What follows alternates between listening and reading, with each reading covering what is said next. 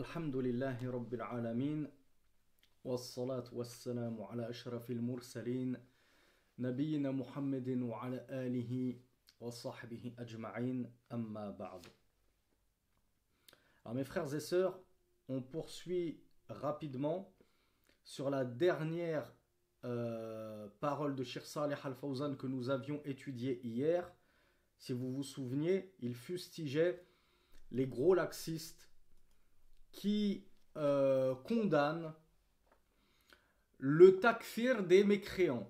Le fait que lorsque l'on voit des apostats retourner sur leurs pas et sortir de l'islam en commettant des annulatifs de l'islam, en tenant des propos qui annulent leur islamité, ou avec des croyances auxquelles ils adhéreraient et qui s'opposent frontalement à l'islam, eh bien lorsqu'on excommunie ces gens-là, certains laxistes nous disent « Mais vous n'avez pas le droit d'excommunier des musulmans qui disent « La ilaha illallah ». Cheikh Fawzan nous dit, ils disent la tukaffiru ahadan, n'excommuniez personne, walaw fa'ala ma fa'ala, peu importe ce qu'il aurait commis, awi ataqada ma ataqada, peu importe ce qu'il croirait de dogme et de credo, la tufarriqu bayna al-muslimin, ne créez pas de schisme, de scission entre les musulmans, prétend-il. Subhanallah, nous dit le Cheikh Saleh Al-Fawzan, nahnu la nufarriqu bayna al-muslimin, nous ne créons aucune scission entre les musulmans. Walakin haoula'i laysu muslimin. C'est juste que ces gens-là, que nous avons fait sortir de l'islam, ne sont pas musulmans, tout simplement. لأنهم لما ارتكبوا نواقض الإسلام خرجوا من الإسلام. Car lorsqu'ils ont commis un annulatif de l'islam, eh bien ils sont sortis de l'islam. C'est ce qu'on vous expliquait hier soir en fin de cours. فكلمة لا تفرق بين المسلمين كلمة حق والمراد بها باطل. Donc cette jolie parole en apparence ne crée pas de schisme entre les musulmans. C'est une parole de vérité. On est d'accord là-dessus. Il ne convient pas de créer la scission entre des frères en islam, entre les croyants. C'est juste. Mais par cette parole de vérité, ils veulent en réalité aboutir à un égarement. Ils veulent aboutir au faux. لأن الصحابة رضوان الله عليهم لما ارتد من ارتد من العرب بعد وفاة النبي صلى الله عليه وعلى آله وسلم قاتلوهم ما قالوا لا تفرقوا بين المسلمين. Et ceci car les compagnons du messager d'Allah sallallahu alayhi wa alihi wa sallam, lorsque après la mort du messager, certains parmi les Arabes ont apostasié, ont tourné le dos à la religion de l'islam, eh bien les compagnons les ont combattus, comme nous l'avons vu hier, et ils n'ont pas dit « nous n'allons pas semer la division dans nos rangs, et nous allons continuer à les considérer musulmans pour ne pas affaiblir nos troupes ». Non, ils les ont combattus parce qu'ils étaient tombés dans un des annulatifs de l'islam. لأنهم ليسوا مسلمين ما داموا على الردة. Et ceci car ils ne faisaient plus partie des musulmans à partir du moment où ils étaient tombés dans l'apostasie. وهذا أشد من أنك تحكم لكافر بالإسلام. نقول لهم هؤلاء أخطر من الملاحدة. Nous disons, nous dit le Cheikh Saleh Al-Fawzan حفظه que ces gens-là sont encore pires que les malahida, pluriel de mulhid. Al-mulhid, c'est l'infidèle, l'incroyant, celui qui ne croit pas. لأن الملاحدة ما ادعوا الإسلام وما ادعوا أن الذي هم عليه إسلام. Alors quand on dit ils sont pires, c'est-à-dire les apostats. Les apostats, comme on l'a vu hier, sont encore pires que les mécréants de base. Pourquoi? Cheikh Fawzan Hafidhahullah, il nous dit car les mécréants de base ne prétendent pas à l'islamité. Ils n'ont jamais revendiqué avoir eu la foi. Et ils ne revendiquent pas que le culte sur lequel ils reposent, que ce soit l'athéisme. Je vous rappelle que l'athéisme, c'est un culte. C'est le culte du vide, ou le culte du Big Bang, ou le culte de Dame Nature, et ainsi de suite. Eh bien, le culte sur lequel ils reposent, ils ne l'appellent pas islam. Tandis que les apostats, amma haoula fayakhda'ouna an-nas wa yadda'ouna anna al-kufra huwa al-islam. Tandis que ceux-là, ces apostats, ils prétendent à l'islam et ce sur quoi ils reposent de mécréance, d'association à Allah, comme les apostats qui se mettent à adorer des tombes, à invoquer des saints dans leurs tombeaux et ainsi de suite, eh bien ils prétendent que ce qu'ils font, c'est ça l'islam. Et eux, ils avancent qu'ils sont toujours musulmans. فَهَؤُلَاءِ أَشَدُّ مِنَ الْمَلَاحِدَةِ. Voilà pourquoi ils sont pires que les mécréants de base. فَالرِّدَّةُ أَشَدُّ مِنَ الْإِلْحَادِ وَالْعِيَاذُ بِاللَّهِ فَيَجِبُ أَن نَعْرِفَ مَوْقِفَنَا مِنْ هَذِهِ الْأُمُورِ وَنُمَيِّزَهَا وَنَتَبَيَّنَهَا. Il est donc impératif que nous sachions comment nous comporter vis-à-vis de ces choses-là. Comment nous comporter vis-à-vis des apostats. Comment nous comporter vis-à-vis du takfir. Il faut qu'on soit à la bayyinatin min amrina. Il faut qu'on ait un minimum de clairvoyance dans cette affaire-ci. D'où l'importance d'enfin, alors je vous disais, hier je m'étais trompé en me réécoutant dans mon cours, je vous disais je vais entamer ma 9e année de da'wah. Non, on est modestement en train d'entamer notre 10e petite année de da'wah. Et je demande à Allah subhanahu wa ta'ala qu'il accepte ces modestes travaux et ces mauvais travaux, hein, et qu'il les rende meilleurs que ce qu'ils sont, et qu'il m'accorde la sincérité ainsi qu'à nous tous. Donc, c'est seulement maintenant, à l'aube de cette 10e année de da'wah, qu'on va commencer enfin à s'intéresser à ces annulatifs de l'islam, parce qu'il faut qu'on ait au moins humé un petit peu de ce que c'est que le takfir, pour justement ne pas tomber dedans trop facilement et ne pas tomber dans son inverse qui est le laxisme en faisant rentrer tout le monde dans l'islam. Même ceux qui ne s'en revendiquent même pas. Et Cheikh Fawzan nous dit لأننا الآن في تعمية فهناك ناس يؤلفون ويكتبون وينتقدون ويحاضرون ويقولون لا تكفروا المسلمين. Cheikh Saleh Al-Fawzan nous dit aujourd'hui, imaginez, Cheikh Fawzan, ça fait peut-être 20 ans qu'il a donné ces cours-là, si ce n'est plus. Il nous dit aujourd'hui, on vit dans une époque de cécité. C'est-à-dire, les gens sont aveugles. Ils sont noyés dans l'aveuglement. Ils vont écrire des livres. Ils vont composer des ouvrages. Ils vont donner des conférences. Ils vont émettre des critiques pour fustiger les gens qui excommunient à juste titre les infidèles de l'islam.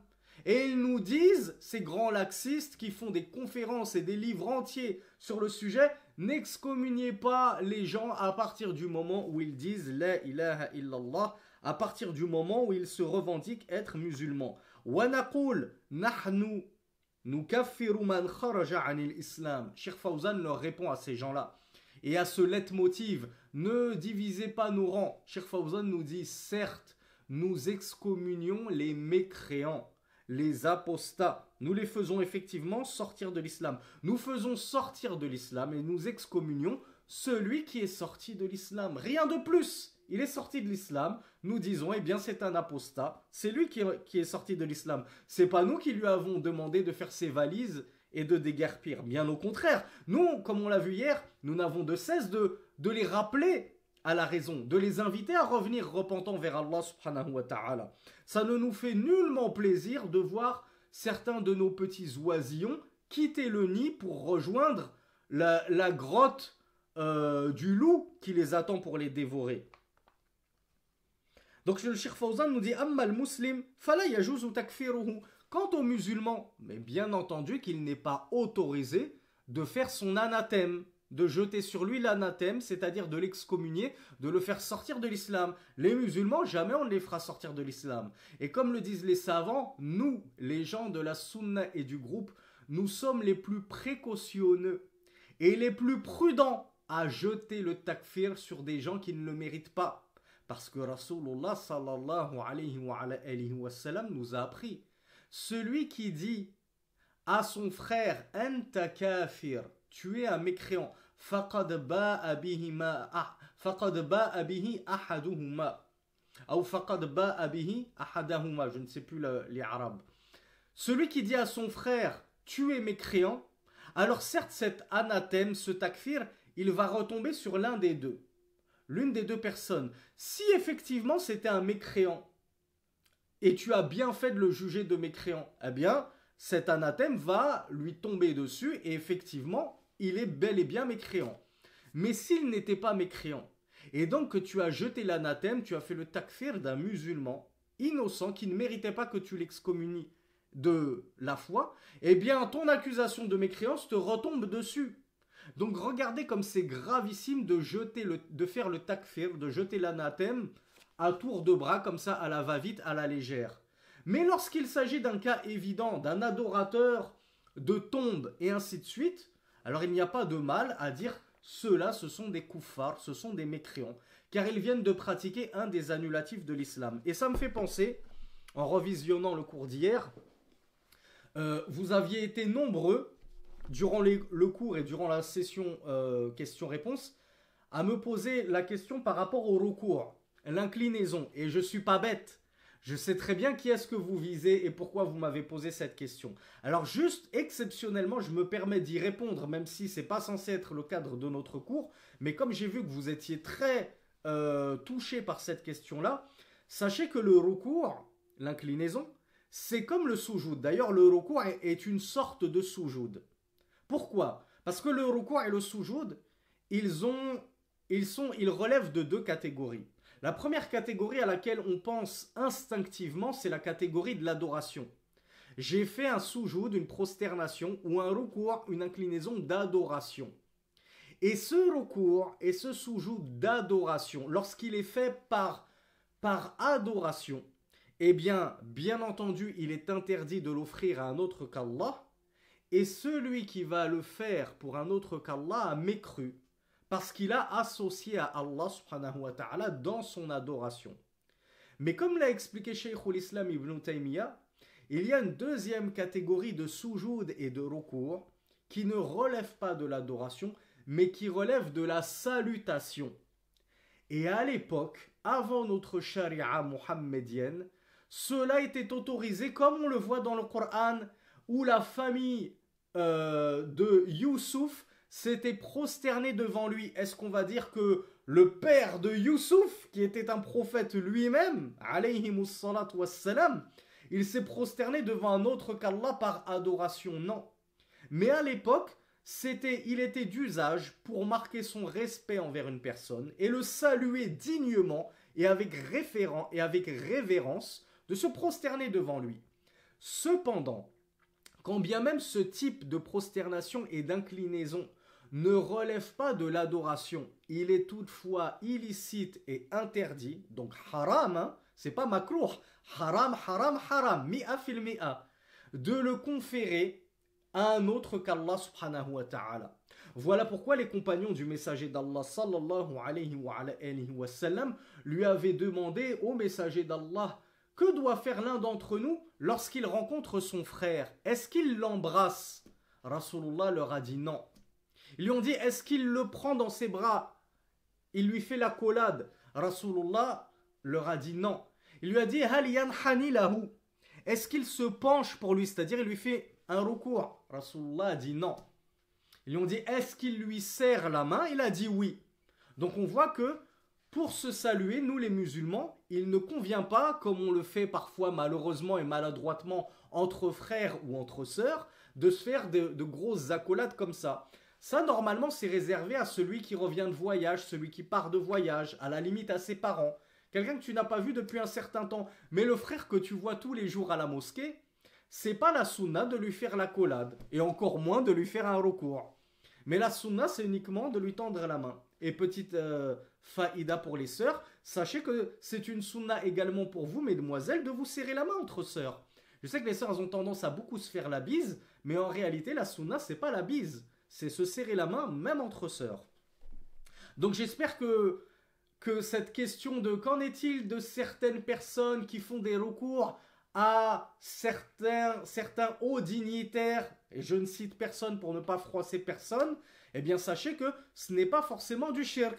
Ça dépend de l'intention. Il se peut que certaines personnes le fassent par adoration, et alors là, oui, c'est devenu un mushrik, par le simple fait d'avoir fait un recours. Mais en général, et avec le bon soupçon qu'on a pour certains de nos frères en islam, lorsqu'ils se rabaissent à faire cette chose-là, qui, je le rappelle, est illicite, c'est uniquement par salutation. Et donc ça n'en demeure pas moins haram, mais ce n'est pas du shirk. Ce n'est pas du polythéisme pour autant. Ils ne sont pas sortis de l'islam parce qu'ils ont fait un recours à une personne qu'ils révèrent énormément.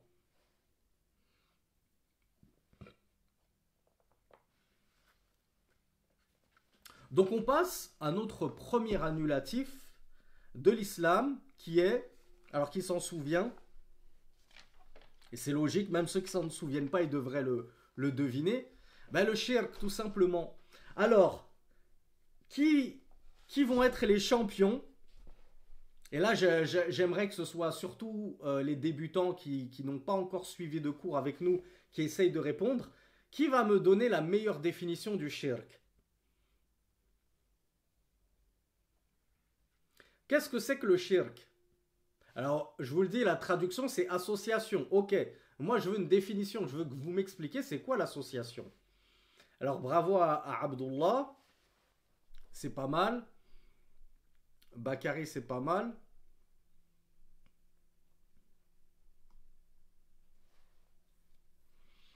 Alors, Bintamine, c'est pas mal du tout.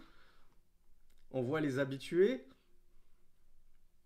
Alors, Papis, excellentissime. Allahumma barik. Alors, j'ai eu plein de bonnes réponses. Certaines très très très belles. Alors, on va voir ce que Cheikh Hafizahullah nous dit. Déjà, on lit le propos de Cheikh Mohammed ibn Abdel Wahhab. Il nous dit Al-awwal, ash-shirku fi ibadatillahi subhanahu wa ta'ala. Premier annulatif qu'a cité le Cheikh Mohammed ibn Abdel Wahhab, c'est l'association envers Allah dans son adoration. Le Cheikh cite quelques versets. Il nous dit قال الله تعالى إن الله لا يغفر أن يشرك به ويغفر ما دون ذلك لمن يشاء.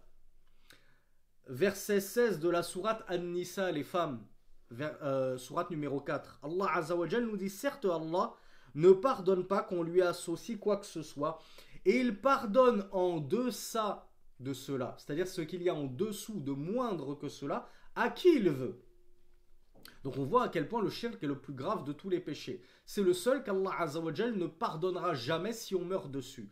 Par contre, si on meurt sur n'importe quel autre péché, on est susceptible d'être pardonné et d'être touché par la miséricorde divine. Le shirk nous cite également le verset 72 de la sourate Al-Ma'ida, la table servie, sourate numéro 5.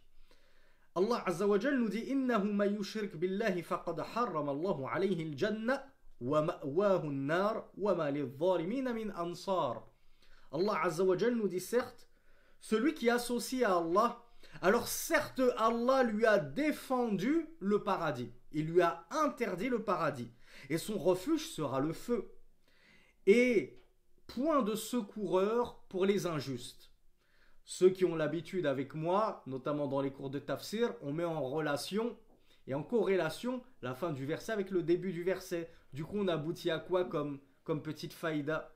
On trouve que qui sont les injustes qui n'auront point de secoureur? Ce sont ceux qui ont associé à Allah subhanahu wa ta'ala. Le shirk nous cite un exemple, parce que c'était un exemple qui était très répandu à son époque.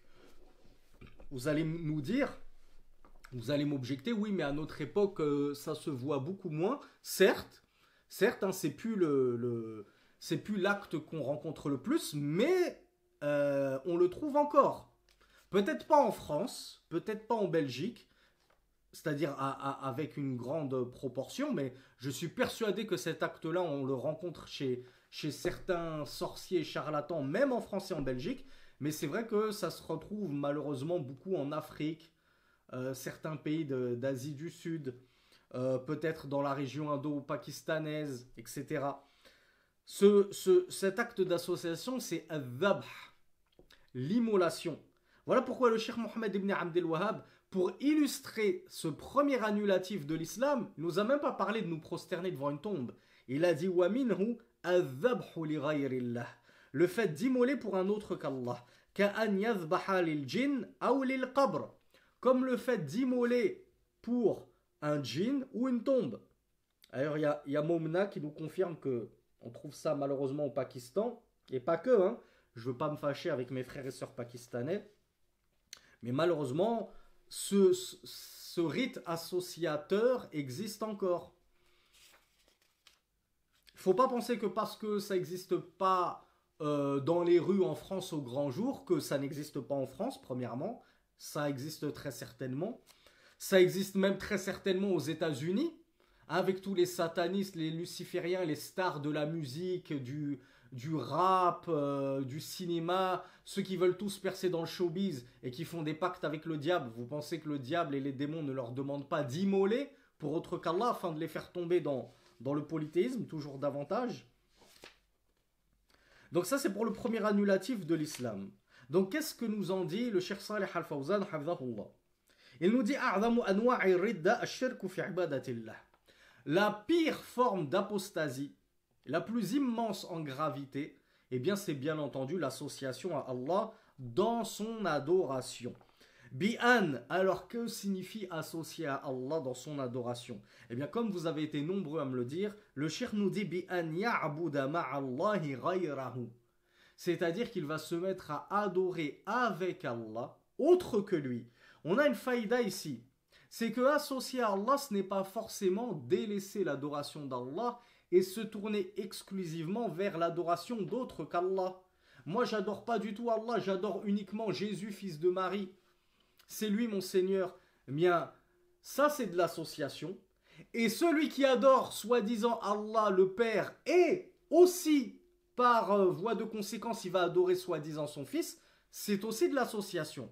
Donc l'association à Allah, c'est pas uniquement il ne faut pas penser que c'est uniquement le fait d'adorer autre qu'Allah, mais si j'adore quand même Allah avec, c'est pas de l'association parce qu'après tout j'ai aussi adoré Allah. Non.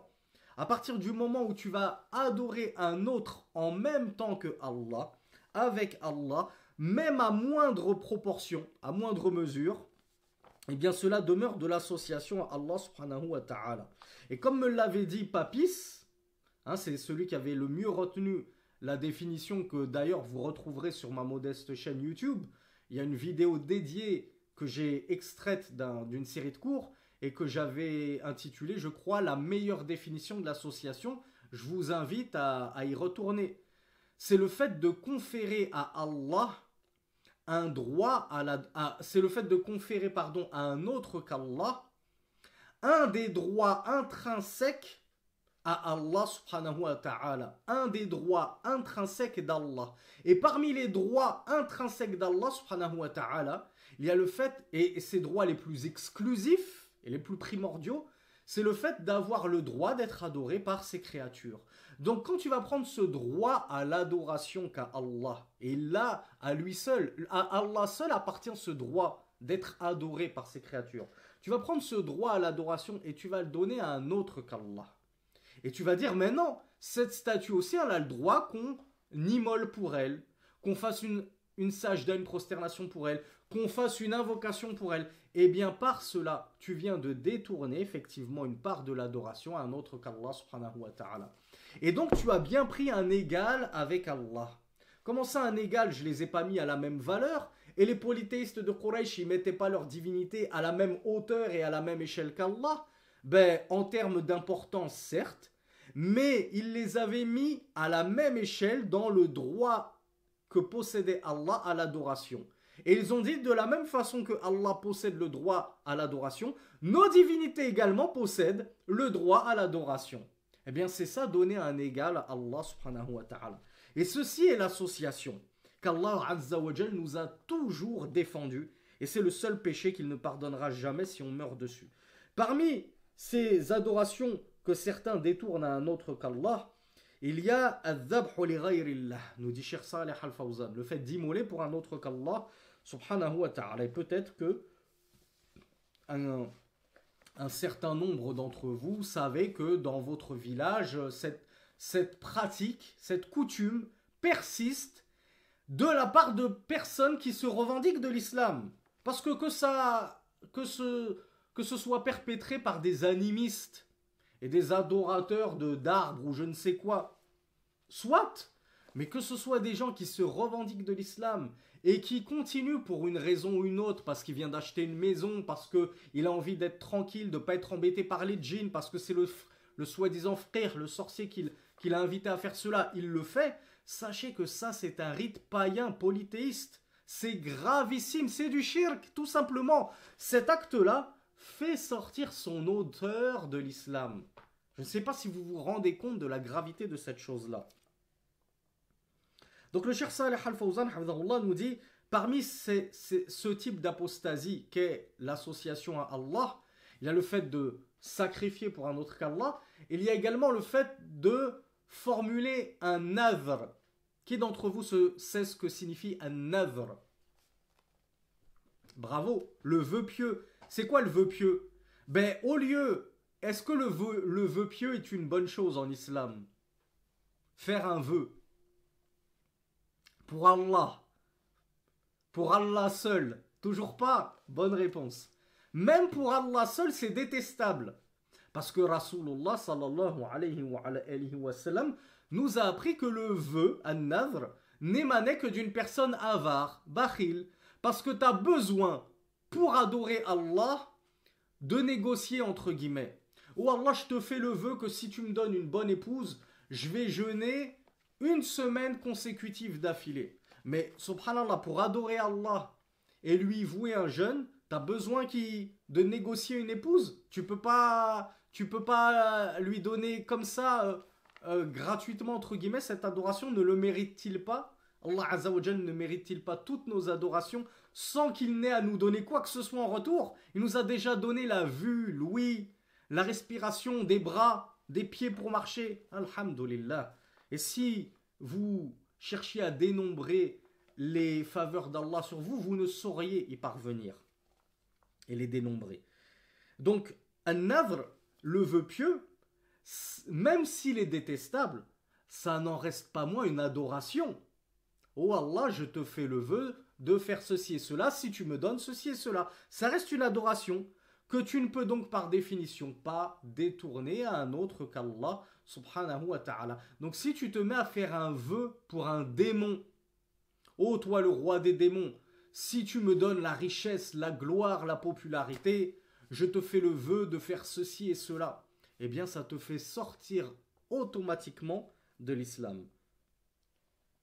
Et c'est pas pour rien que toutes ces pratiques-là, ce sont des pratiques que les sorciers repentis ne cessent de narrer après leur repentance, lorsque certains ont fait leur taouba et qu'ils ont raconté leur passé, comment ça se passait. Vous retrouvez tout le temps dans leurs témoignages, on nous obligeait à immoler pour les shayatin, pour les diables. On nous obligeait à faire des vœux pieux, on nous obligeait à faire des sajdas. Ben vous comprenez que tout ce que les démons obligent les sorciers à faire pour eux, ce sont des adorations. Parce qu'ils veulent les amener à tomber dans le pire des péchés qui est ash-shirk. Pour que ce soit cuit pour eux et qu'ils meurent là-dessus et qu'ils le rejoignent en enfer pour l'éternité. Donc, Cheikh Fawzan nous parle de ce troisième type d'association à Allah, le fait de se prosterner pour un autre qu'Allah subhanahu wa ta'ala, avec la petite précision qu'on a vue en introduction. La prosternation, ça peut être vous savez qu'il y a certains soufis, malheureusement, qui sont tombés dedans. Ils se prosternent devant leur gourou par salutation et révérence. Et ça, si c'est fait uniquement par salutation, on ne va pas dire qu'ils sont tombés dans le koufr. Mais si c'est fait par adoration de leur gourou, alors là, oui, c'est carrément du shirk, de l'association.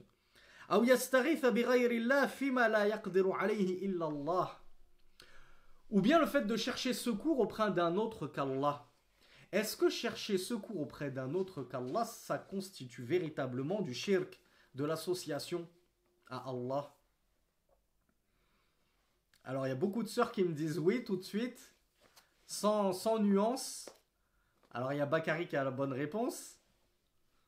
Arnaud, il nous dit que c'est soumis à des conditions, effectivement. Bravo Amina, bravo Abdallah. C'est du shirk uniquement si tu cherches secours auprès, premièrement, d'un mort, ou bien, parce que le mort ne peut plus rien, il ne peut plus rien pour lui-même. Qu'est-ce qu'il va pouvoir pour toi? Donc premièrement, si tu cherches secours auprès d'un mort, c'est du shirk. Deuxième cas de figure, j'ai cherché secours mais auprès d'un être vivant. Mais il est absent. Ah oui, mais s'il est absent, qu'est-ce que tu veux qu'il fasse? À moins que ce soit par téléphone ou par email, etc.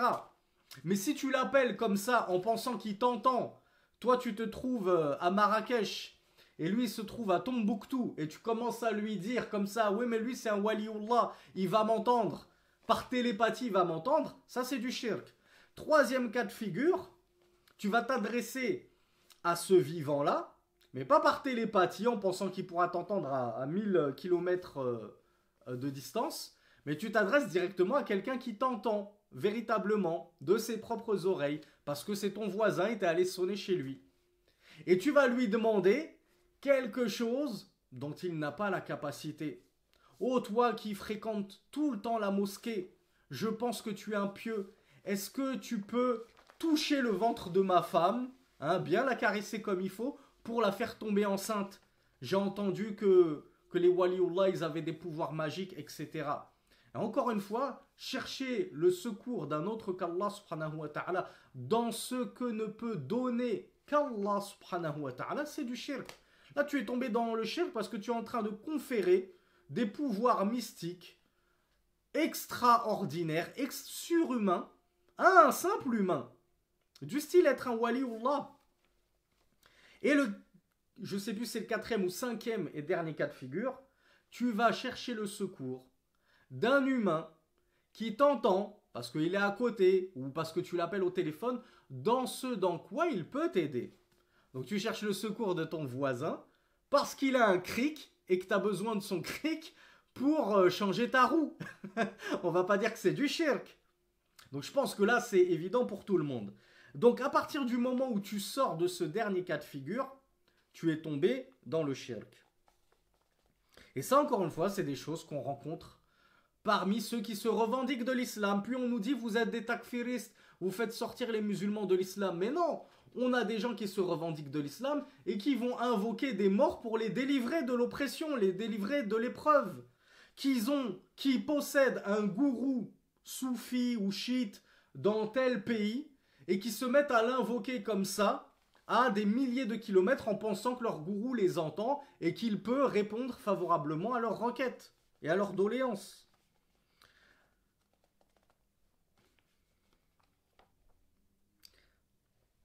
Cheikh Saleh Al-Fawzan, hafizahullah, il nous cite un autre verset. Il a recité le verset 72 de la sourate Al-Ma'ida. Il nous en cite un autre, c'est le verset 48 de la sourate An-Nisa. Je pense pas que le Cheikh Mohammed ibn Abdel Wahhab l'avait cité. Ouais.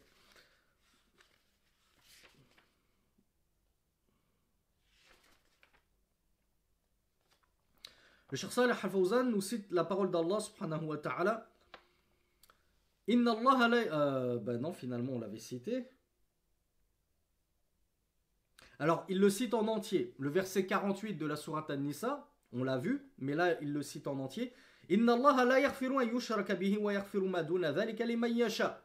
Certes, Allah ne pardonne pas qu'on lui associe quoi que ce soit, et il pardonne en deçà de cela à qui il veut.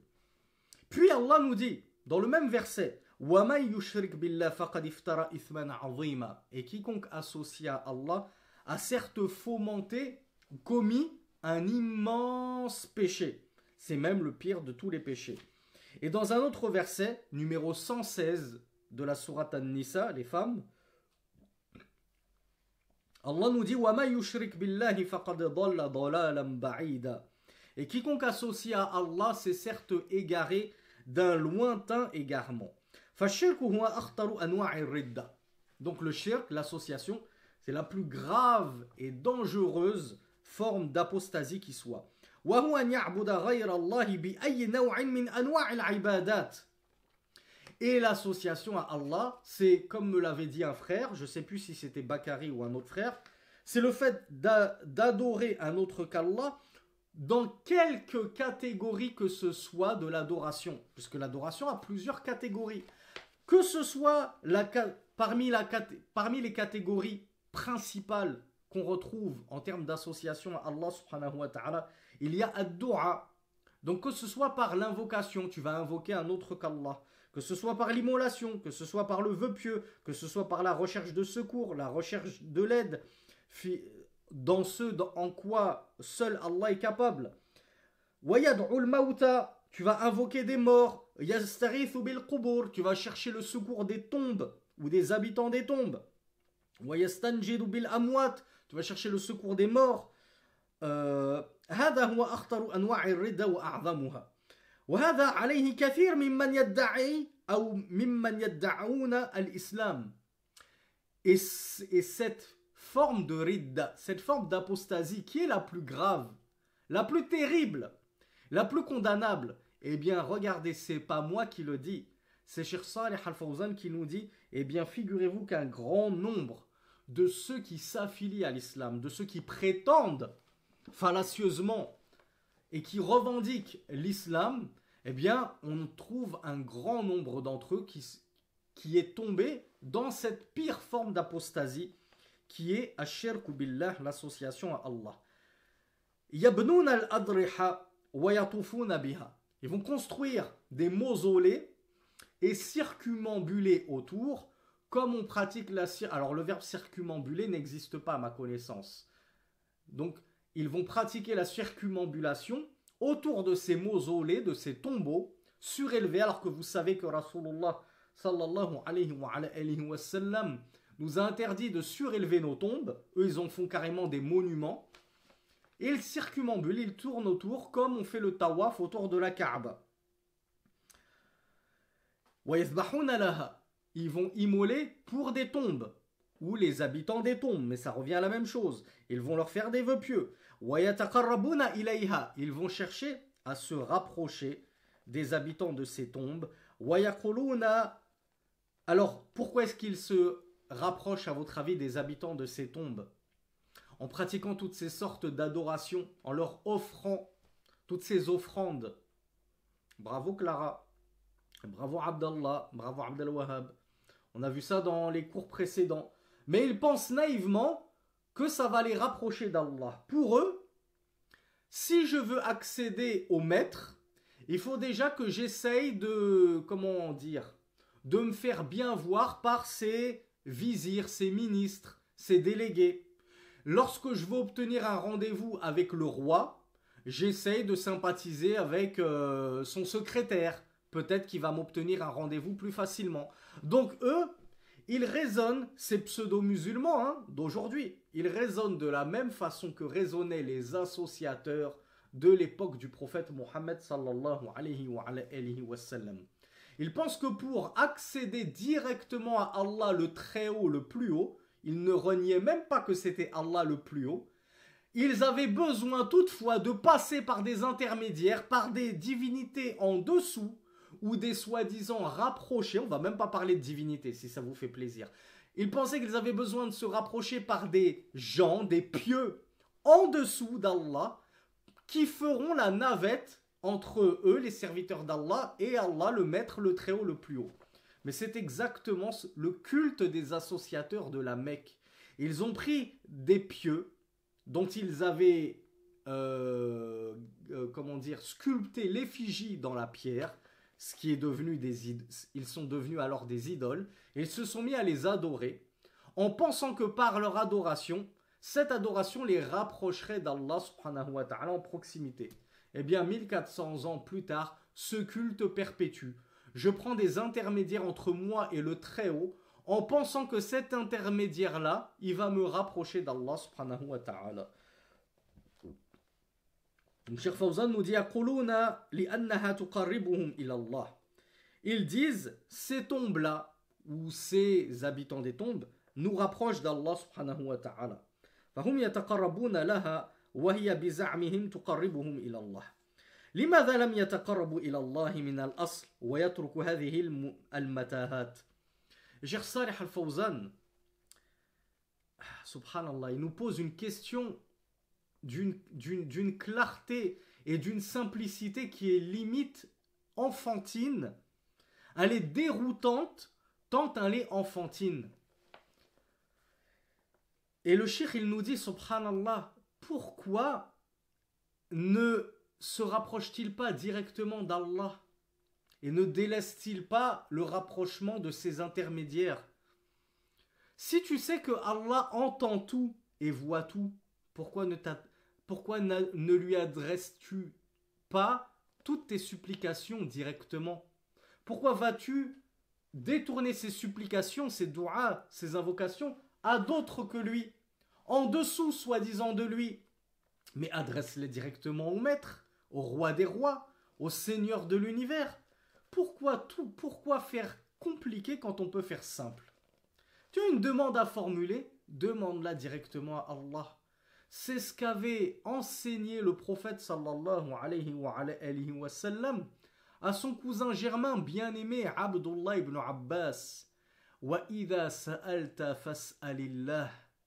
Si tu dois demander, demande à Allah. Ne demande à personne d'autre qu'Allah.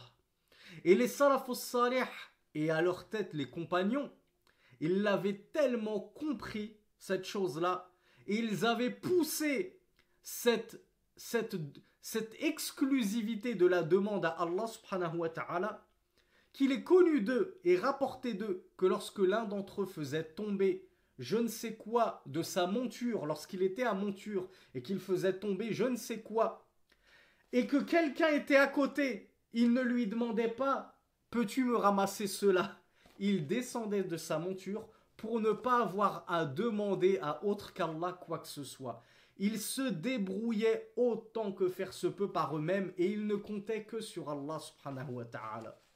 Mais aujourd'hui, c'est la génération cotise up et je ne sais quoi. Pour le moindre pépin, le moindre rapatriement au bled, quand bien même il est pris en charge par ton consulat, on ouvre des cotise up à gogo et on fait appel à la Ummah parce qu'on sait qu'on a une Ummah généreuse et naïve.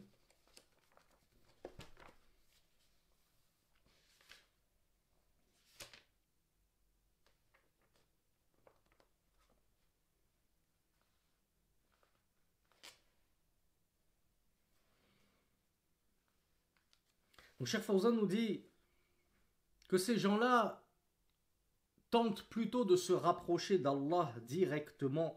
فَإِنَّهُ قَرِيبٌ مُجِيبٌ. Allah est certes proche par sa science, par son ouïe. Il t'entend, il te voit, il sait exactement dans quel pétrin tu te trouves. Quand bien même il est au-dessus de ses 7 cieux et au-dessus de son trône, aucun de tes faits, de tes agissements et de tes paroles et aucun murmure de ton cœur, ni larme coulant sur ta joue ne lui échappe. Pourquoi ne lui adresses-tu donc pas toutes tes supplications et tes invocations? لماذا تتقربون للمخلوقين وتقولون المخلوقون يقربوننا إلى الله? Pourquoi donc allez-vous vous rapprocher des créatures d'Allah en prétendant que ces créatures vous rapprochent d'Allah? Halillahi ba'id.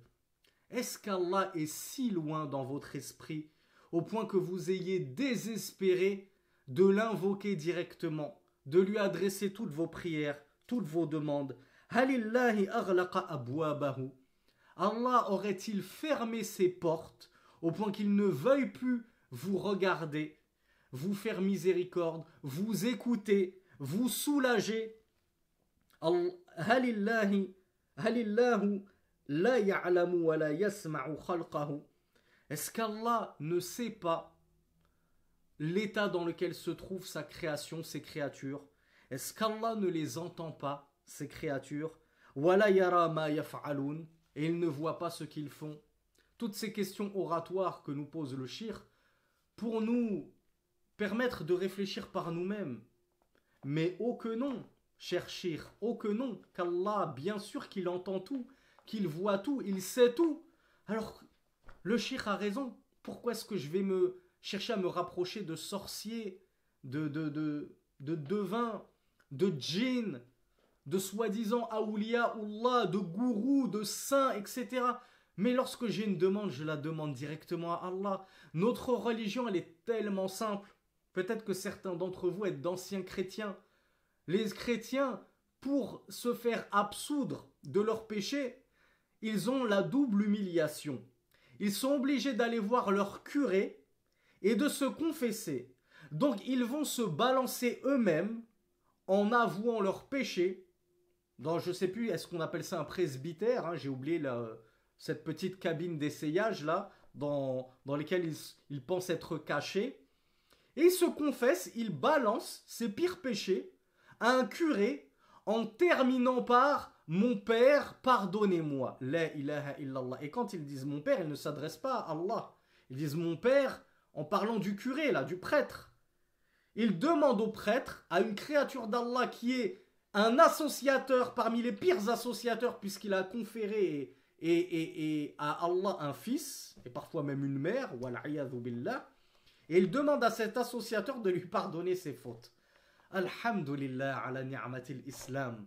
Est-ce que vous connaissez un bienfait plus grand que l'islam? Regardez comme notre religion, elle est simple. T'as envie de te faire pardonner tes fautes, t'as même pas besoin d'aller voir le plus grand savant de cette planète. Ni le moindre étudiant en sciences, ni le moindre imam dans sa mosquée. Tu ne vas voir personne, si ce n'est Allah subhanahu wa ta'ala. Et tu lui demandes pardon directement. Et figure-toi que si tu es sincère, Allah te pardonne sur le champ. Comme dans un hadith qu'on avait vu dans la série de cours précédente, où Allah Azza wa Jal nous dit dans un hadith qudsi, un hadith divin, « Oh mon serviteur, si tu venais à moi avec l'équivalent de la terre de péché, sans rien m'associer, je viendrai à toi avec ce même équivalent de pardon. » Allahu Akbar, l'équivalent de la terre en péché. La seule chose que tu as à faire pour qu'Allah te pardonne, c'est juste de lui demander pardon. Et de ne rien lui associer, bien entendu, dans son adoration. Est-ce qu'il y a quelque chose de compliqué en cela? Est-ce qu'on vous demande d'aller vous balancer sur les réseaux sociaux? J'ai commis ceci, j'ai commis la zina, qu'est-ce que je dois faire? Garde ça pour toi. C'est entre toi et Allah. Et Allah, comme il t'a caché fit dunya, sataraka fit dunya, comme il t'a voilé de sa miséricorde dans cette dunya, il te voilera dans l'au-delà, et personne ne saura jamais ce que tu as fait comme bêtise, si ce n'est lui.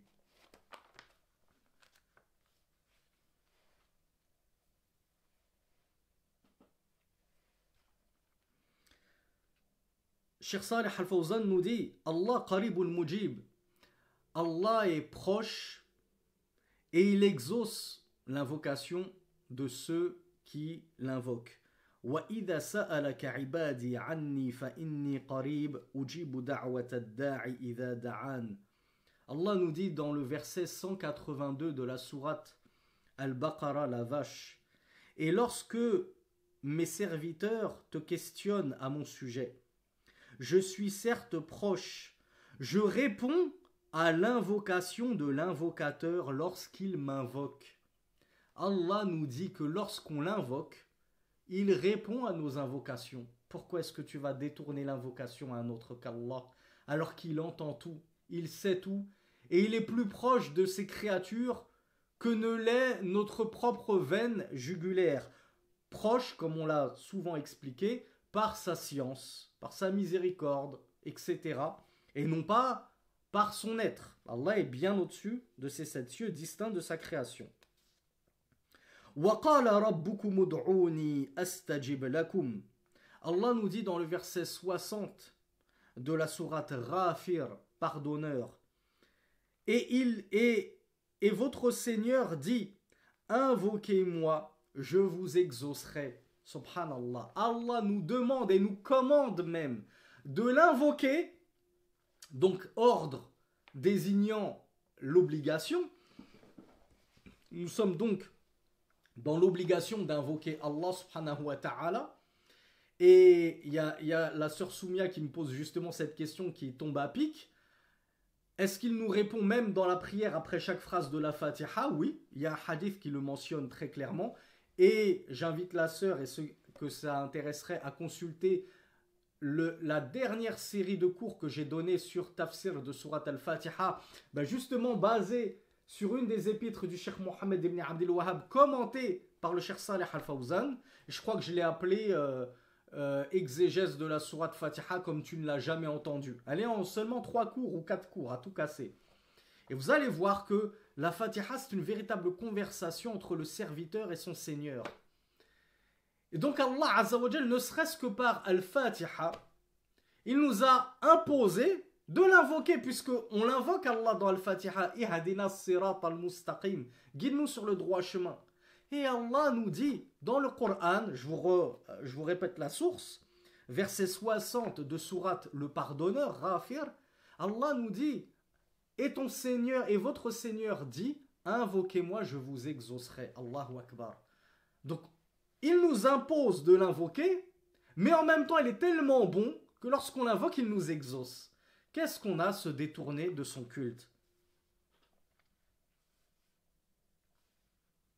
Innahu qaribul mujib limadha tadhhabu wa tad'u ghayra Allah. Donc Cheikh Salih Al-Fawzan hafidhahullah nous dit, il est certes très proche, exaucant, qu'avez-vous donc à vous détourner et invoquer autre que lui?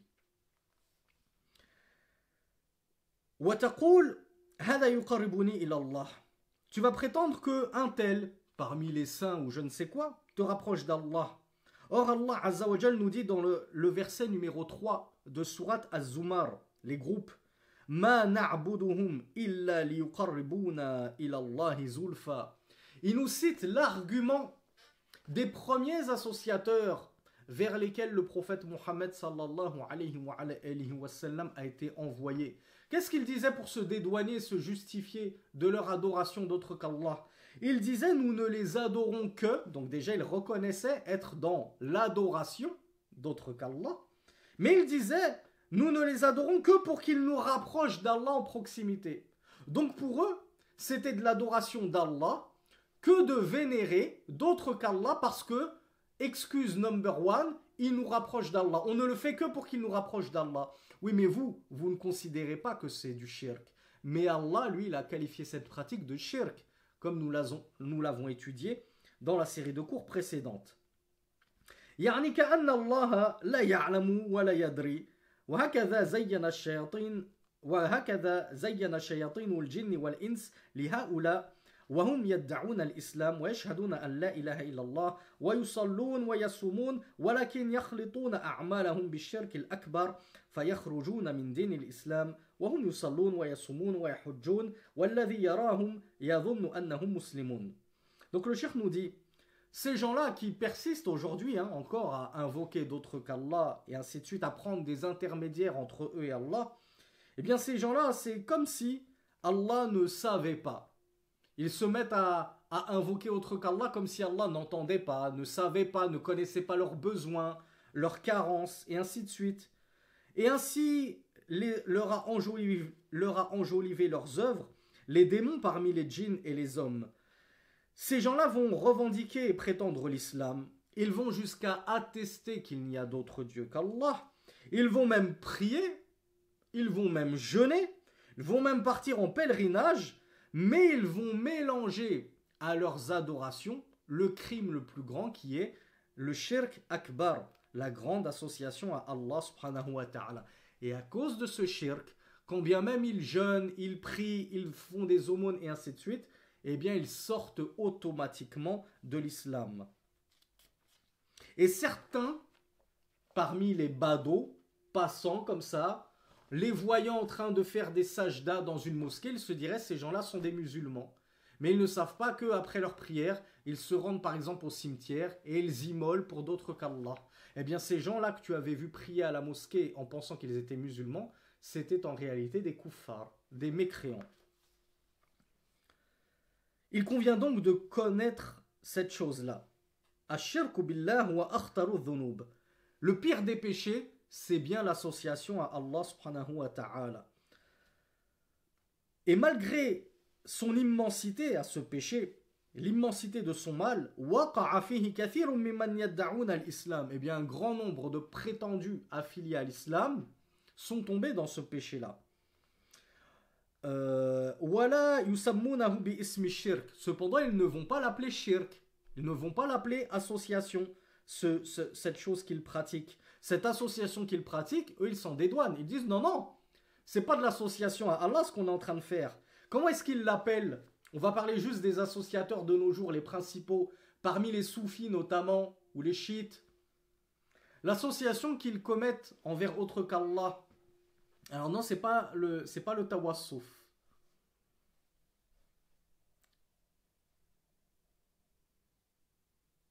La sœur, elle a fait un mixte entre la bonne réponse et le tasawwuf. Alors il y a Ayman qui nous parle d'intercession. Moi j'aurais voulu le mot en arabe. Alors, Abdel Wahab nous parle du tabarruk. C'est pas exactement ça. Il y a Omar qui nous parle d'al-wasila. On s'en rapproche un peu.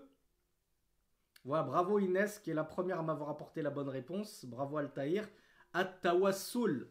Donc le Cheikh Salih Al-Fawzan nous dit, eux, ils ne vont pas appeler cette adoration gangrénée par l'association à un autre qu'Allah shirk. Ils vont pas dire que c'est du shirk. Ils vont dire ce n'est que du tawassul. Tawassul, c'est rechercher l'entremise de. Rechercher l'intermédiaire de. Je vais rechercher Allah par l'entremise de tel saint. Je vais rechercher la bénédiction d'Allah par l'entremise de telle tombe, et ainsi de suite. Donc ils vont l'appeler tawassul. Ils ont juste changé le nom, mais la pratique en elle-même, c'est exactement la même. Awisammunahu talab ash-shafa'a. Ah ben, je vois sur la fin, il y a Rida, Anis et la sœur N qui nous a parlé d'ash-shafa'a. Pareil. Non, c'est pas du shirk, c'est de la shafa'a. C'est rechercher l'intercession des intercesseurs. Bah oui, Rasulullah sallallahu alayhi wa sallam et Allah azza wa jal dans le Coran nous a mentionné, je crois qu'on le verra peut-être à la suite du cours, mais sûrement demain parce que là on approche de notre heure, que parmi cette poignée de gens qu'Allah azza wa jal, enfin cette quantité de gens qu'Allah azza wa jal fera sortir de l'enfer, parmi les musulmans bien entendu, nul ne sortira de l'enfer si ce n'est un musulman. Que ce soit un musulman de l'époque de Mohammed, ou un musulman de l'époque de Jésus, ou un musulman de l'époque de Moïse, et ainsi de suite. Nul ne sortira de l'enfer autre qu'un musulman.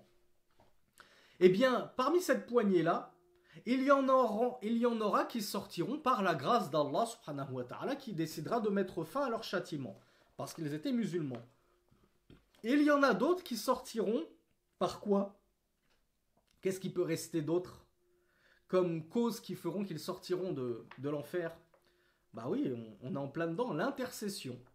Ils sortiront par la cause de l'intercession des intercesseurs, des pieux parmi les croyants qui intercéderont auprès d'Allah subhanahu wa ta'ala en faveur de certains de leurs proches, de certains de leurs amis, et ainsi de suite. Eh bien, lorsqu'Allah azza wa jal autorisera quelqu'un à intercéder, et qu'il ensuite lui permettra d'intercéder et acceptera son intercession et validera son intercession, eh bien par l'intercession de cette personne pieuse, Allah fera sortir des gens de l'enfer. Donc ces associateurs, ils disent, mais regardez, l'intercession, elle existe en islam.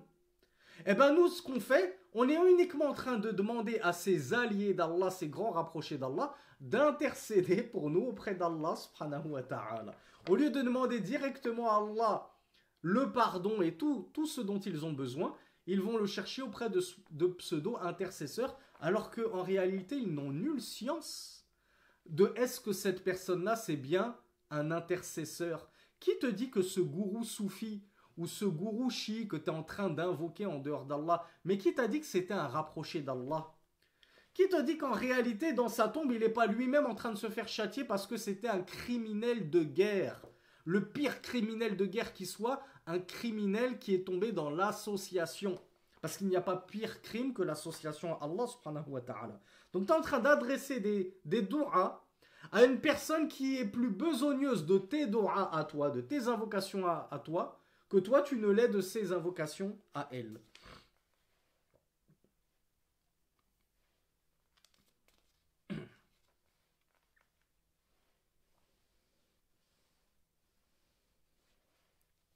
Cheikh Fawzan nous dit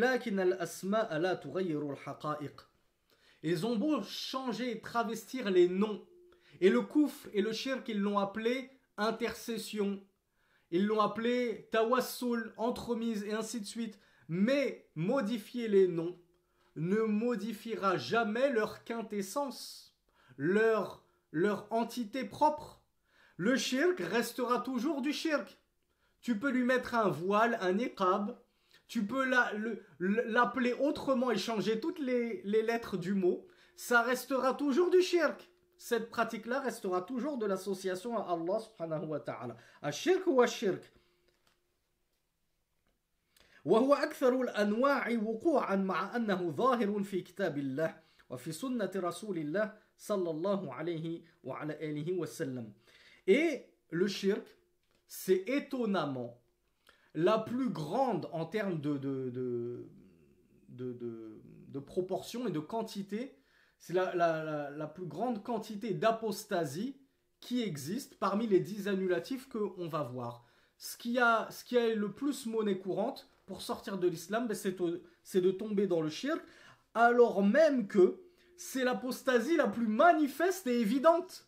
C'est celle qui est pourtant écrite noir sur blanc dans le Coran, que c'est de l'apostasie, que c'est du koufr, que c'est de la mécréance, qu'Allah Azza wa Jal ne le pardonne pas. Eh bien, figurez-vous que parmi tous les types d'apostasie, celle qu'on va le plus rencontrer, ben c'est l'apostasie due au shirk, à cause de l'association à Allah subhanahu wa ta'ala, quand bien même c'est évident dans le Coran et la Sunna, nous dit le cheikh Hafidhahullah. Et la mise en garde contre le shirk, la menace de tomber dans ce péché capital qu'est le shirk, elle est légion dans le Coran et la Sunna. À tel point que le shirk nous dit il n'y a pas une seule sourate du Coran, je me contente juste de citer les propos du shirk, hein. Il n'y a pas une seule sourate du Coran dans laquelle on ne trouve pas une mise en garde contre le shirk. Et pourtant, ces gens-là lisent le Coran, mais ils ne s'éloignent pas du shirk dans lequel il est mentionné dans chaque sourate la condamnation du shirk.